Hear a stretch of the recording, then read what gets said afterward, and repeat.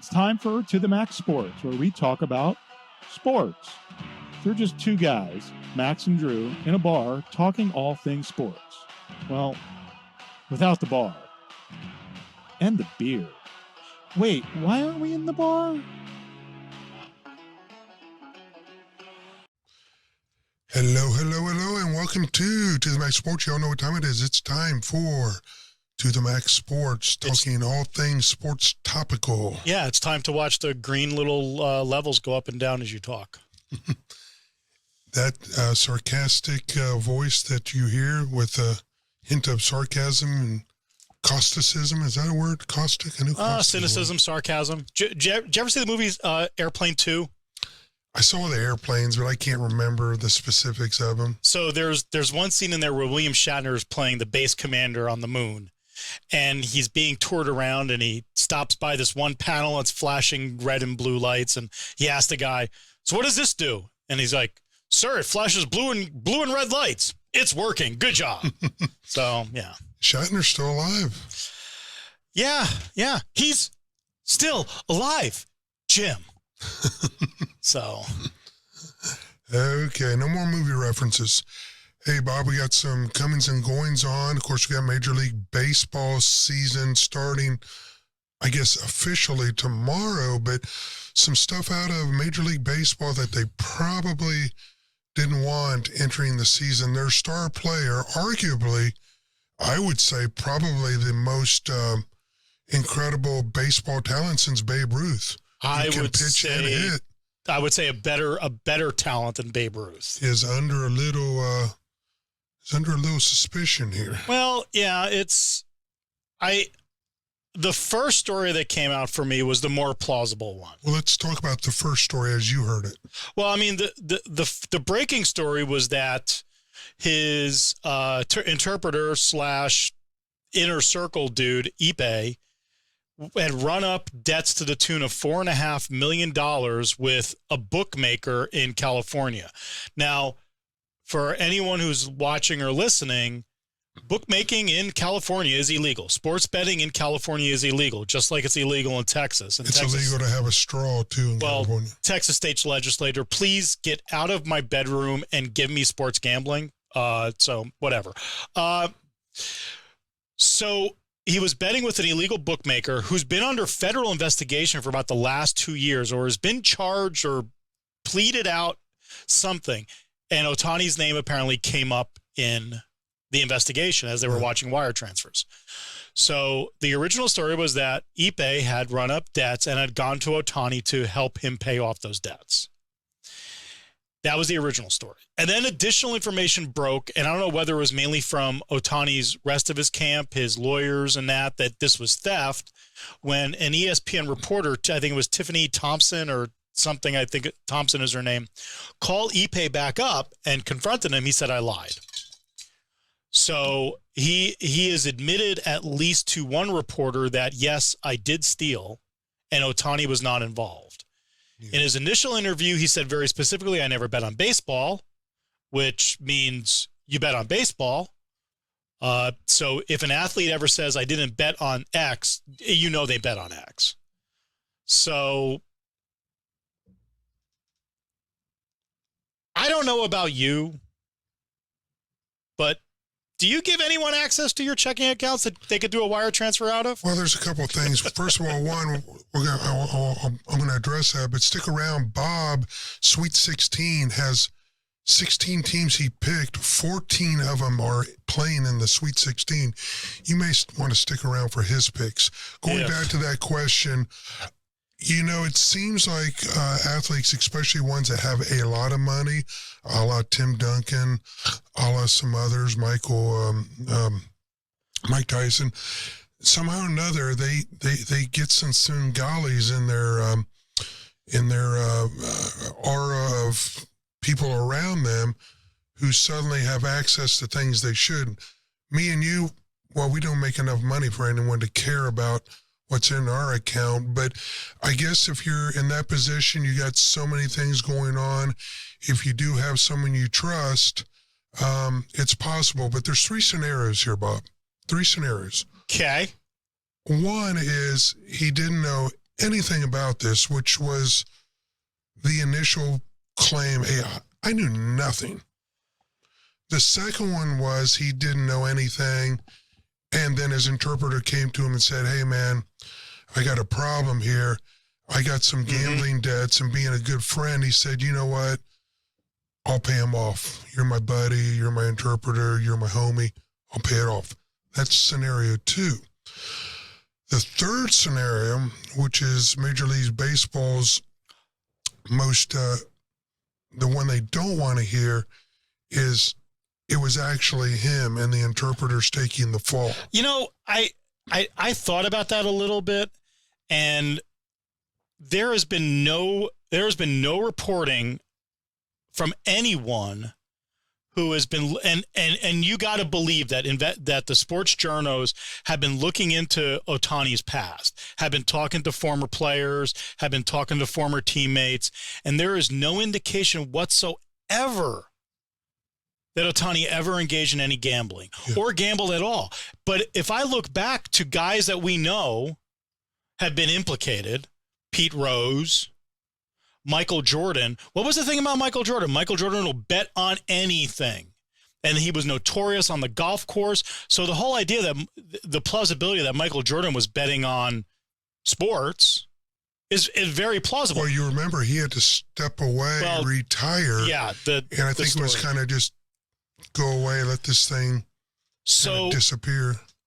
So the fact that there's no smoke whatsoever in Ohtani's past makes me actually think and want to think, and I so want to believe him, that he was not involved at all. There's a couple of veracity issues I have, Bob. One is, again, this is a lesson in always get a lawyer involved and don't talk, which is what they should have done, because one, the story was from the interpreter. I went to my friend Ohtani, told him I had these debts. He said, I'll take care of them. We used his account to transfer the money. Okay. And then I think the PR people, don't know how much Major League Baseball is involved, said, man, we got to distance you, dude, away from this thing entirely. And then that's when Ohtani comes up and says, man, I never bet anything, any sport, and I didn't even know this was going on, and I didn't know money was being transferred. That's the problem he's got, the changing of the stories. And you can possibly explain that away and going, you know, Ipe did lie, that it was Ipe lying, that it came out and the initial reports were Ipe saying this, Ipe saying that. Because Ohtani and his camp never commented on the, you know, Ipe, I went to my friend and my friend paid off my debt. So did you watch any of the press conference with Ohtani like 2 days ago? Watched a little bit of it. I don't know. I would have had a brief statement, real brief, and then I'd let my PR people and my lawyers take it from there. What I thought was interesting, because you can't come out and save yourself. Well, I think for a Japanese man, he was about as angry as a Japanese man would be in public. He was very reserved. The Japanese are known for not showing much emotion, and he didn't show much emotion. But there were a couple points where you could see his frustration. So is that real? Is that put on? The dude's got such a baby face. I just want to believe him. Yeah. And so do the LA Dodgers. I mean, the Dodgers are hoping this goes down one way or the other. It's one way, he's totally exonerated and he's totally innocent, or two, he is guilty as the day is long, because then they can walk out on the contract. Well, not only that, but Major League Baseball, I mean, this is their international franchise. I mean, this is the face of the international baseball at all levels in every country. So and what's interesting for me is, you know, Major League Baseball, and it's not Major League Baseball. It's, you know, the state of California, the state of Texas, and every other state in the union that doesn't have legalized sports betting. Start with your legislatures right now and pass legalized sports gambling, because this would not have happened and gotten to the extent that it did if you had been able to watch it. And I'm thinking about Jonte Porter for the Toronto Raptors, who has just been implicated in a whole bunch of nefarious gambling because the sports books reported his butt.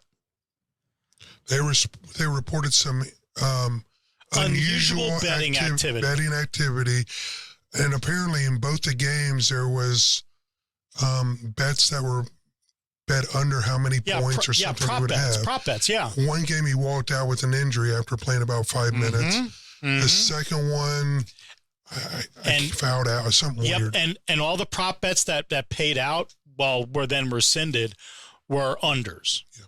And I can tell you this: the sports casinos, they are on weird activity like a hobo on a ham sandwich. A sports betting book, their ideal situation is 50-50 balance. Mm-hmm. And when it gets way out of balance one way or the other, if they're going to look at, I'll tell you a story. This is probably 92, 93. You know, I like the horses. So I used to go up to a little local track called Bandera Downs in Bandera, Texas, now defunct. Mm-hmm.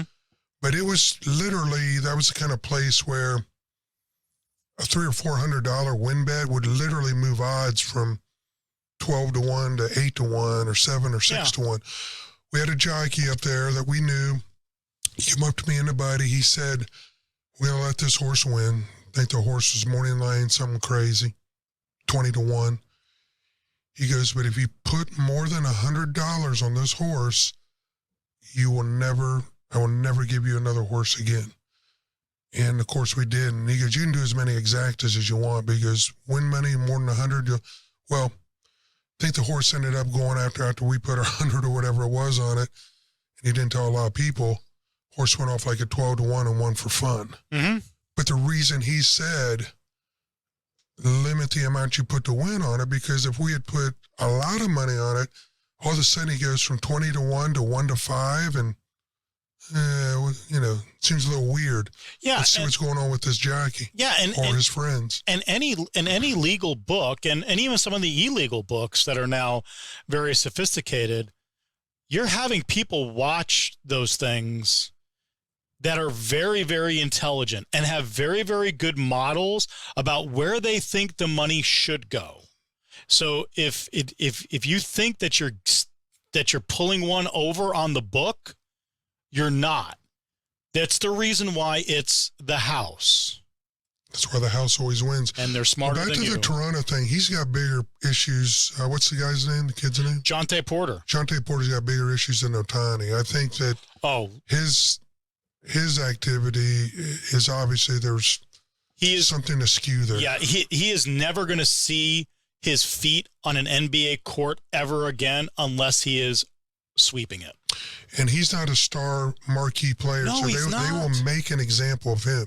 Oh, God, They can afford to lose him to set the example for others to come. And I think if any player was implicated this badly, I don't care if it's Giannis, I don't care if it's Wemby, I don't care if it's LeBron.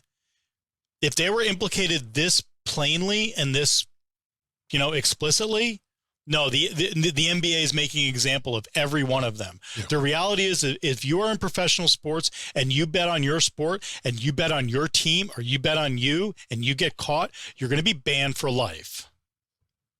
Well, Bob, we bet, but we do friendly wager bets. Well, I don't play. I'm an overweight, out of shape, middle-aged dude. It's the reason why I'm on this side of the camera. Nobody wants to see this face. Think anyone wants to see this one? Well, you're on camera anyway. Bob, absolutely amazing. You said you spent a total of maybe 4 minutes on your brackets.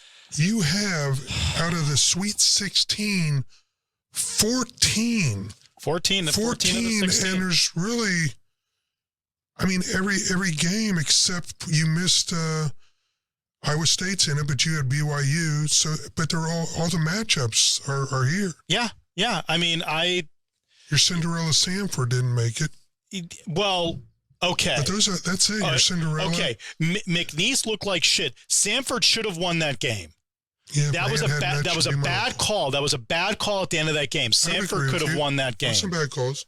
But I don't think Sanford was going to beat Gonzaga because Gonzaga just rolled McNeese and then rolled Kansas. So let's look at the 8 games that will be going on here. UConn and San Diego State. Now, you've got UConn. I do too now moving forward. against them because UConn's got so much height, so much depth. Mm-hmm. I've watched the Mountain West. I'm not real impressed with any of the teams this year that came out of the Mountain West. Obviously, San Diego State University has survived the fire, but yeah, how many UConn will move on. Yeah, that how many one. Mountain West teams made the Sweet 16? 3? None, other than San Diego State. Okay, so 1. Yeah. Big East put 3 teams in the tournament. How many Big East teams are still in the tournament? Oh yeah, it's 3. What's that tell you? It tells you that the committee needs to stop thinking about some of these mid-level conferences, and whether you want to call them mid-major or just out of the Power 5. I'm sorry, if you're the ACC, if you're the Big East, you need more teams in a tournament because those conferences are juggernauts. Well, that's kind of what St. John's and some of those others. St. John's should have been in the that tournament. got left out of the. St. John's should have been in the tournament. The second match is Illinois versus Iowa State. Who do you have going on? Do you have? I don't even know. Do you have that? I don't. Well, yeah, I didn't have. That one blew up on both of us. Yeah, well. Actually, you have Iowa State. I have Iowa State, but I didn't have Iowa State winning, so I had BYU advancing, and I got beat by Duquesne. A lot of people are saying Illinois, with their great guard defense, will win that game. But I'll tell you what, Iowa State's beat Houston. A lot of people have Houston to win this all. Mm-hmm. And Iowa State has a lockdown defense. So if they can start to stop those guards from Illinois, this is my second most exciting game of the Sweet 16. Okay. I think this is going to be a close game. I think it's going to be one of the more exciting games. Then moving on, you called this one. You got North Carolina versus Alabama. Yep. Of course, I see North Carolina moving on in that one. I don't know. You like Alabama? I do like Alabama because I think I don't think that UNC and sorry Tar Heel fans, I don't think they deserved a number 1 seed. I don't. It just didn't feel right for me going into the tournament. So are they a legitimate number 1? I don't think so. I think Alabama plays a pretty open game, and I think it's going to be good. That's the reason why I have Alabama moving on. Now we both hit this one as far. No, you hit this. Clemson and Arizona. I mean, basically, I hit everything. I got used to it. You did. Very impressive. I like Arizona moving on. Yeah, so do I. They potentially could win it all. They have that kind of talent. Yeah, I mean, because I have them going into the Final Four beating Alabama. So I think if UNC somehow beats Alabama, I still think Arizona takes UNC. So I think Arizona make it to the Final Four is a good bet for me. You nailed this one on the other side of the bracket. You had Houston against Duke, which is what's happening. Man, Houston's so mercurial. I mean, there's times when they look like a group of NBA players, and then other times when they just have these mental lapses where they just... I think they needed those mental lapses leading into the tournament, and they've had a couple mental lapses already in the tournament, but I think it's going to stand them in good stead going forward. Yeah, I like Houston moving forward, as you do too. And Duke, again, for me, it's a blue blood. Yeah. It's a blue blood. You know, it's... None of these kids have all of that tradition in their bodies, but the organization does. The school does. Like you said, listen to all these tobacco road teams we're talking about. Yeah. UNC, Duke, North Carolina. Yeah, still in it. Yep, and you go deeper. You go deeper down to NC State making it. Yeah, NC State. Good on NC State. They were definitely seeded too damn low. This is my second most favorite matchup, NC State versus Marquette. Now, NC State's really the only team that survived a high seed. They were 11 going in. Mm-hmm. And I see Marquette. Their guard plays good. Marquette's got a little more depth. I like Marquette moving forward in this. In your bracket, though, you had NC State. NC State. I have NC State moving on. The other bracket that you correctly predicted. -1. I didn't have Samford moving on. Purdue with big Zach Edey. When will Purdue lay their egg? Or will they? I don't have them doing it in this round. I have them doing it in the finals of the Midwest. And Purdue's playing Gonzaga. You can never count them out. I like Zach Edey, fifth-year senior. Obviously, he's going to be a high draft pick. I don't think he's going to be anywhere near a franchise NBA player. He's just too slow in transition defense. No, and maybe a backup. And my advice for Zach is, if you get into broadcasting, do the radio side. Dude, your face doesn't lend itself to TV. No, he's a poor man's Yao Ming without Yao Ming's talent. Yeah, but true that. He did putting up some crazy numbers. I think he had a double-double, 30-20 in one game. Yeah, but who have they played? Good point. So, and then the final one is my pick that I really like, and you're a little, I guess, not really sleeper, but Creighton in Tennessee. Creighton's not a sleeper to me. They're 3. Creighton is one of those, again, another one of those programs that comes out of a good conference. They get beat up in the regular season, and they turn it on in the tournament. Yeah, we do differ on that one. You have Creighton, I've got Tennessee. And then moving on, I have, UConn winning the East, Arizona winning the West, Houston winning the South, and Creighton winning the Midwest. So, Bob, just to be contrarian, we both have Houston in the South. In the Midwest, I have Tennessee. Uh-huh. So I'm still alive in that bracket. You have UNC in the West, right? Yeah. No, I've got Houston. No, in the West. In the West region. West region, I have Arizona. Okay, you have Arizona then too. Cool. Yeah, we both have Arizona. Now I had Auburn. They shit the bed real early in the tournament. So I'm going to flip, since I got to just have someone. I like UConn. It'll be UConn and Arizona. And just to be a contrarian, it's UConn and Houston. You had it right, Bob. I mean, I think it's going to be UConn. We'll see where it's going to go. Interestingly enough, the story is that of all the brackets that were submitted to ESPN, there are no perfect brackets remaining on the men's side. On the women's side, there is one perfect bracket remaining, and that bracket has not to switch gears too much, but that bracket has South Carolina beating Iowa in the finals. And what's that pay? South Carolina's got a good team. I don't know. I don't know. I mean, the whole urban legend that there's $1 billion out there for a perfect men's bracket. I don't know if there's any number out there for the perfect women's bracket. I'm sure there probably is. Well, there's a good number for ESPN and all the other networks that are carrying the women's game. Hopefully for their rating success and for the women's game and all the dads that have daughters, that it just increases the visibility of the women's game and people watch it more. Quite frankly, I'm not. I appreciate the athleticism of these players. Caitlin Clark is an absolute joy to watch. It's just not my cup of tea. I also don't watch soccer, so. I will probably watch the women's final if it happens to be on, but yeah, I'm not going to go out of my way to watch it because it's interesting. It's just not interesting to me. Yeah, that's. I'm sorry. No, I mean, and I don't apologize for it because I watch curling, and there are people that don't watch curling. I'll watch hockey. A lot of people don't watch hockey. I watch pickleball. I will never watch pickleball. I mean, I might go to a game, or go to a match, whatever you call it. I don't watch all that much soccer, but I appreciate it.